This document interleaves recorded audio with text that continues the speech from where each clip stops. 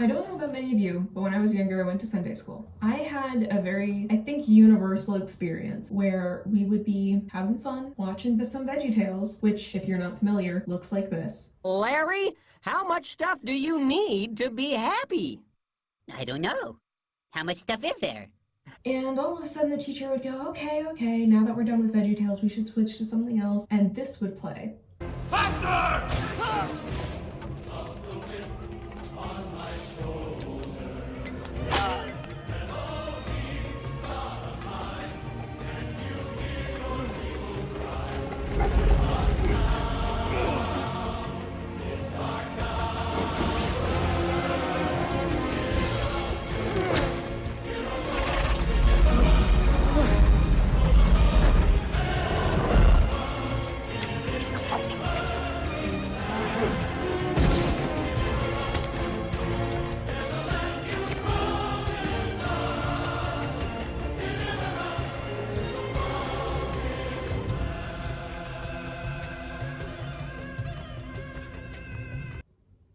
So that was scarring on multiple levels as a child, but it was also one of the first introductions I had to leitmotifs. So if you're unfamiliar with the situation, the movie is The Prince of Egypt, and it tells the story of the Exodus story in the Bible or the Old Testament. Fun fact, they were making Shrek at the same time they were making this movie. Also, this movie has a gigantic celebrity cast. It's kind of funny. Val Kilmer plays Moses in the voice of God. Jeff Goldblum plays Aaron. Steve Martin and Martin Short play the Pharaoh's priests. Michelle Pfeiffer plays Zipporah. Big cast. So the Exodus story is about how the Jewish people are enslaved in Egypt. They've been asking God for years and years and years to deliver us. Their prayers are going unanswered, and eventually Pharaoh decides there are too many of these people. They could overthrow us and kill us. Let's go kill all of the firstborns. He sends his army out, they kill all of the firstborns, all except for one. One mother decides, hey, instead of letting my child be brutally murdered by Pharaoh's army, I'm going to put him in a basket and send him down the river, and if God has a plan for him, God will save him. As she's sending him down the river, we get this leitmotif. It's called the lullaby leitmotif. Hush now, my baby, be still, love, don't cry. Sleep as you're rocked by the stream. Sleep and remember my last lullaby. So I'll be with you when you dream. This lullaby leitmotif is important. We'll hear it later.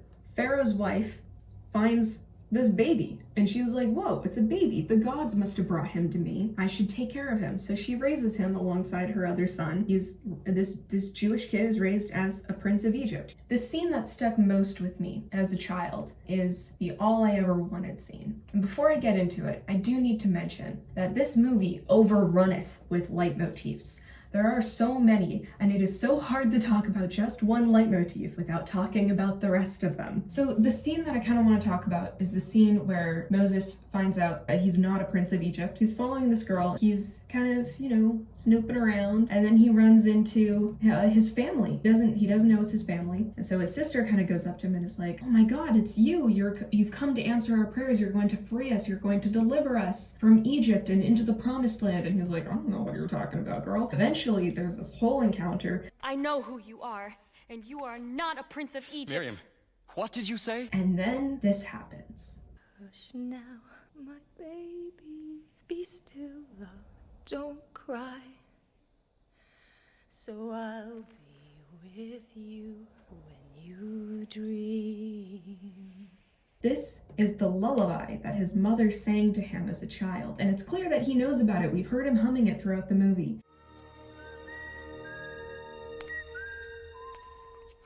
And he is shocked. He's taken aback. He realizes, as he's looking around, he realizes oh my god, these people that I've kind of ignored and accepted as like, this is just a way of life, this is how things are, this is how it's been, he realizes these are my people. I was supposed to live like this. This is where I was supposed to be from. This is why I don't fit into my family. This was supposed to be my life. And he's like, I've ignored these people for so long. What have I done? So he's running back to the palace and he is overwhelmed. And this scene happens. I'll let it play out.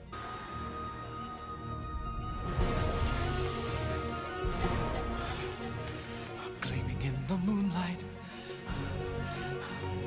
cool and clean and all I've ever known, all I ever wanted. Sweet perfumes of incense, graceful rooms of alabaster stone, all I ever wanted.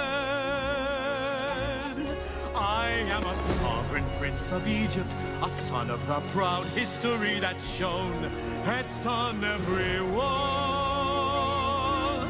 Surely this is all I ever wanted, all I ever wanted, all I ever wanted. So after this, he goes to the place where he was picked up by Pharaoh's wife. He has a little conversation with her and he's like, why did you choose me? Why was I the one who was saved? And he was like, you know, you weren't, the gods brought us to you. And we hear this beautiful little reprise. This is your home, my son. Here the river brought you, and it's here the river meant. Now you know the truth, love. Now forget and be content. When the gods send you a blessing, you don't ask why it was sent. And at the end of it, did you hear it? We hear the lullaby theme at the end, kind of saying like, when the gods ask you a question, don't ask why it was sent. Maybe you should question it though. Maybe you should think about where you were from. Maybe you're going to be called to do something greater in life, like deliver them. Moses is clearly, he's starting to see things he's kind of ignored before, like the suffering of the Jewish people. And he quickly says, I need to get out of here. His brother doesn't understand why. He runs into the desert, all dramatic. Eventually he runs into a group of Jewish people who are living in the desert, and they are not enslaved. They're just regular desert people. He's kind of encountered with this new way of living. For the first time, he's offered a life of peace, just living in the desert with a bunch of other desert people herding sheep. And he's like, maybe that's a good idea. Maybe this is all I've ever wanted. And we hear the theme again.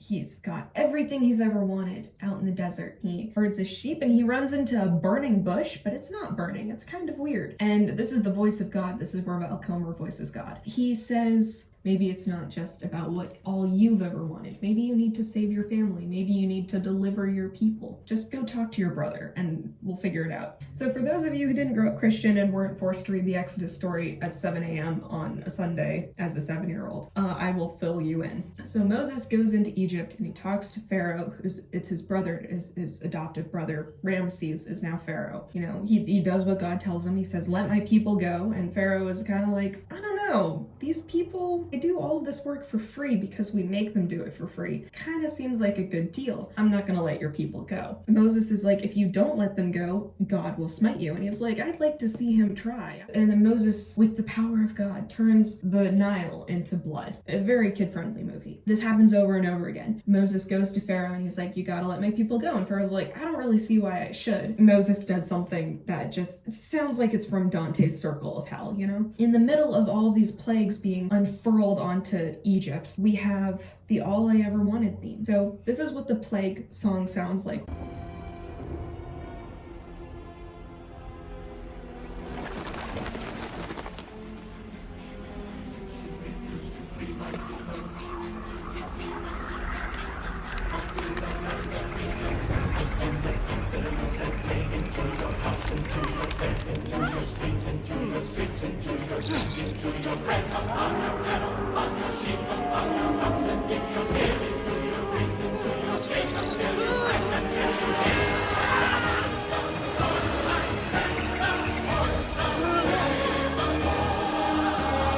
And then this is what the All I Ever Wanted theme sounds like in that. Once I called you brother, once I thought the chance to make you laugh was all I ever wanted. And even now, I wish that God had chose another, serving as your foe on his behalf. It's the last thing that I wanted. This was my home. All this pain and devastation, how it tortures me inside. All the innocent who suffer from your stubbornness and pride. Who I called brother, why must you call down another blow? Let my people go.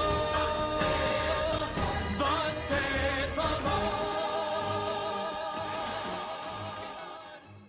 What we hear when Moses is singing the All I Ever Wanted theme within the Plague Song is we're hearing him be like, I really wish this wasn't happening. All I ever wanted was to be a prince of Egypt. All I ever wanted was to make you laugh, to be your brother, to be a good son. I couldn't do that because it wasn't right. It wasn't ethical. We weren't good people. We were awful people. You are hurting people with your stubbornness and your pride. And I learned to see that. And it happened only because I learned I was one of the people I was hurting. I've risen up in life. I'm trying to do right, and you need to learn to do that. We're seeing everything he ever wanted get destroyed. It's kind of heartbreaking, but it's also really epic. It's so cool.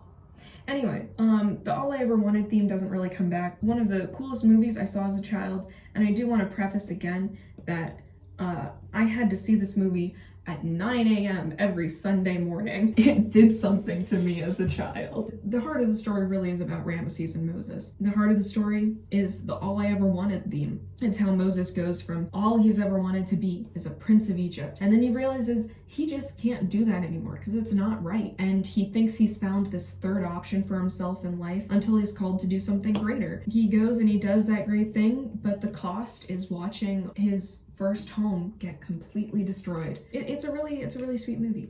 It's really beautiful. And it is kid friendly. It is kid friendly.